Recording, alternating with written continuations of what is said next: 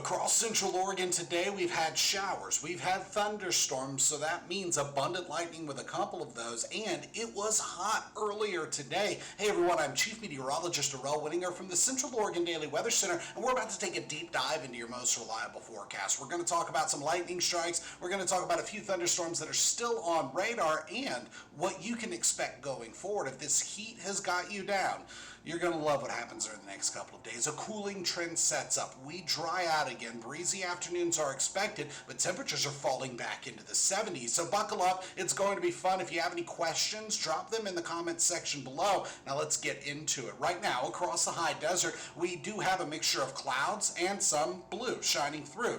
Look at this camera all the way off to the right in the bottom. The Pine Mountain camera. Look at that downdraft of rain that's just to the right of the camera. There are a couple other cells that we can see some rain in a couple of these cameras, and this shower and thunderstorm activity has been rolling through. Now we don't see any lightning strikes on cameras at the moment, but here's a look at a radar loop that shows what's been happening through the high desert just during the last couple of hours, starting at about 3:30, 4 o'clock, and it just shows those showers, those thunderstorms rolling through the high desert. And just further to our south, it was a lot more active. There was actually a severe thunderstorm earlier today, but just looking back between 12:30 until now, there have been 913 lightning strikes in and around Central Oregon, and we're continuing to expect to get a little bit more because this activity is not quite over yet, and most of it was in the southern half of our Tri-County area. There were a few thunderstorms that were just south of Prineville. A couple went through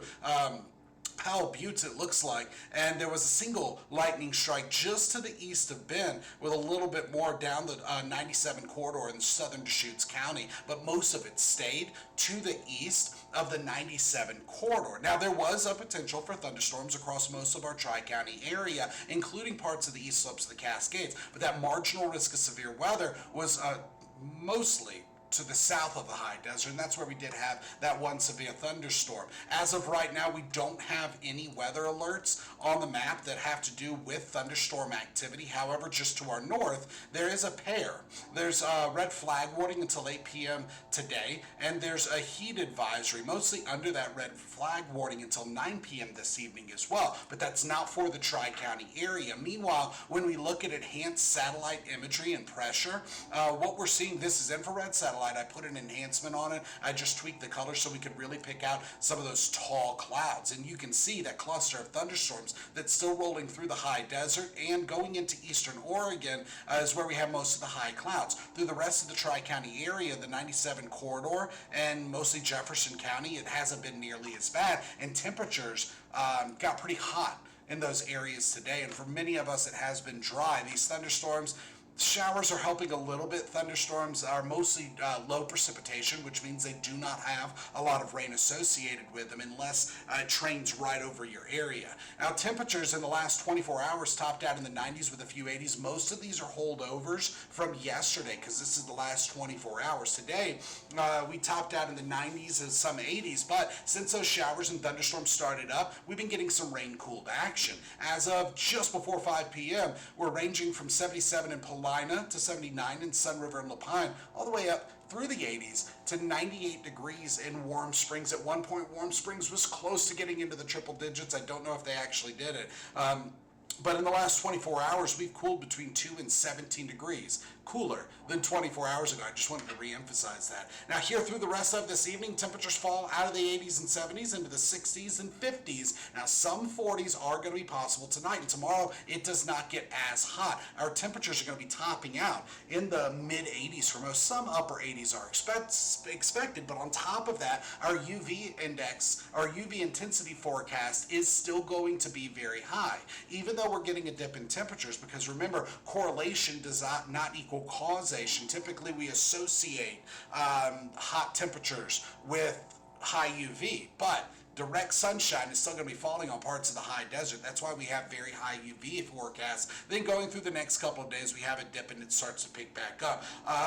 I could go either way on Saturday. I could go very high or extreme when it comes to the UV forecast. It just depends on how many clouds really start to develop by the afternoon. But remember, with this very high UV intensity, make sure you pack those sunglasses and sunscreen. And if you're spending a lot of time outdoors, hat and protective clothing might be the way to go as well. And when in doubt, seek the shade, but make sure you stay hydrated if you're spending a lot of time outdoors. Of course, if thunder roars go indoors, that's more for the forecast starting tomorrow. If there is lightning in your area, do not go outside. Now, our midweek cooling trend really takes shape tomorrow. Today and tomorrow are the transition days. Today we have showers and some thunderstorms rolling through. Tomorrow there's a dip in temperatures, 80s with a few 90s possible, so not as hot, but still unseasonably warm. Y'all, that average high temperature in Redmond is 75, in Bend it's 70, and so we're still well above average. By Thursday, we get a lot closer, 70s and a few 80s. That is a seasonal range. By Friday, right on target for this time of the year. Lower to mid 70s. Many of us topping out around 75 degrees. And that is going to be the bottom of our cooling trend. We'll start to rebound by the time we're getting into the weekend, but it's going to be a slow rebound. We're still in the 70s Saturday and Sunday. Of course, Sunday we're topping out on either side of 80 degrees. But let's look at another version of the forecast model, because I really want everybody to see what's going to be happening through the next couple of days. This evening we still have some showers, but by 11 o'clock a lot of that fizzles out. However, through the early AM hours, a few showers do pop up into the Tri-County area. At this time, it doesn't look like much in the way of lightning activity is expected, and then we get clearing through the rest of Wednesday. Remember, Wednesday is our not as hot day. It's still going to be warm. We're still in the 80s, and we still have tons of sunshine. By Thursday, we're back in the 70s with some afternoon clouds. By Friday, in and out cloud cover is expected. You do see some green on the Cascades, over the Cascades. I'm not quite sold that that's going to make it all the way to the surface. If it does, a few sprinkles are going to be possible by Friday. Then by Saturday, still in and out clouds. So ultimately, through the next several days, that in and out cloud cover is going to inhibit our potential for high UV index. But by Saturday, it looks like it's going to be a little bit better when it comes to more clear conditions, and that's why I bumped up that UV index. By Sunday, sunshine. By Monday, sunshine with some clouds developing through the day. I actually have partly cloudy conditions for that. You could go increasing clouds through the day, but by Tuesday, next week, we're back to sunshine. So between now and Thursday at 11 p.m., some showers possible. Most of that, really, it's just happening tonight.